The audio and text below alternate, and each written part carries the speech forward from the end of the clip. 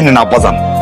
এরকম কি করলাম ভাই? এত শখ করে বিয়ে মাছের মাথাটা নিচে খাইবো বলে রাখাইতে পারলে মনে কষ্ট পাইবো না? কেউ কষ্ট পাইলে তোমার কি? তুমি খাও। বিয়ে আপনি অর্ধেকটু খান, যেভাবে তাকাই রয়েছেন এটা যদি আমি একা খাই তাহলে আমার পেট ব্যথা করবে। আপনি পুরাটা খান। ঠিক আছে, আমি খাই না কি গো বাবাজি? হ্যাঁ মানে খুব একটা খাই না, আবার না খাইলেও হয় না।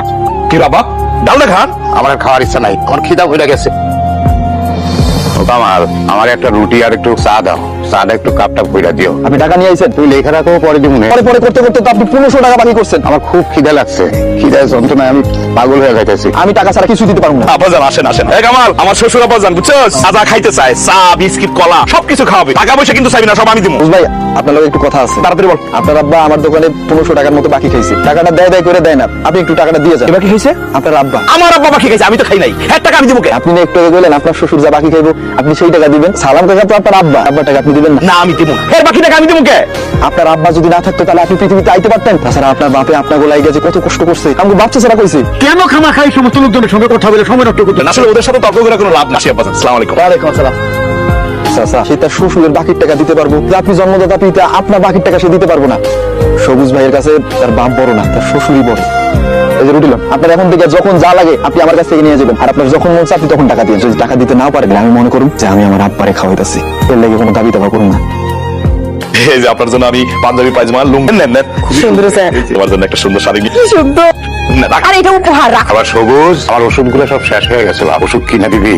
আচ্ছা আমার জামাইটা সবে মাত্র চাকরিতে জয়েন করছে, তার একটু দমটা ফেলতে দে। এর মধ্যে আপনার ওষুধ টাকা এত পয়সা দিতেছেন কেন রে? হাতে কোনো টাকা পয়সা নাই আপা। ওষুধ কিনা দিবি না? না দিলি তুই মিথ্যা কথা বলিস কেন? মিথ্যা বললে কিন্তু রুজিতে বরকত কিনা যায়। প্রথম বেতন তুলছো সাইজ, বইয়ের জন্য শাড়ি কিনে আনছো, তোর শ্বশুরের জন্য লুঙ্গি পায়জামা পাঞ্জাবি ফতুয়া কিনছো, আর খালারে নগদ টাকা দিছো, সব শুনছি। আমার ওষুধ কেনার জন্য তোর কাছে টাকা নাই, লাগবে না। এই কষ্টের থেকে আমি মুক্তিও পাই না। শোনো আব্বা, ওর একটা অ্যাকাউন্ট করে নিবা তোমার না, সবসময় খালি ওটার মধ্যে টাকা পয়সা জমা রাখো, বুঝছো? আব্বাজান আমার ডাকছে। হ্যাঁ এই যে মাসে মাসে বেতন পাই, এদের দুই হাতে খরচাপাতি করতেছো, জীবনে কিছু করতে পারবা?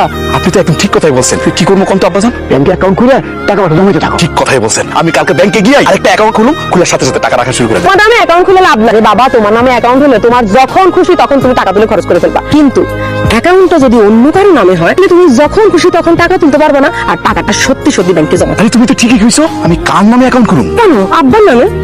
তুমি যদি আব্বার নামে অ্যাকাউন্ট করে টাকা জমা রাখো তোমার সবগুলা টাকাই সেভ। আমি আপনার নামে অ্যাকাউন্ট খুলুম। আমি আমার বাপের সবটারে বেশি বিশ্বাস করি।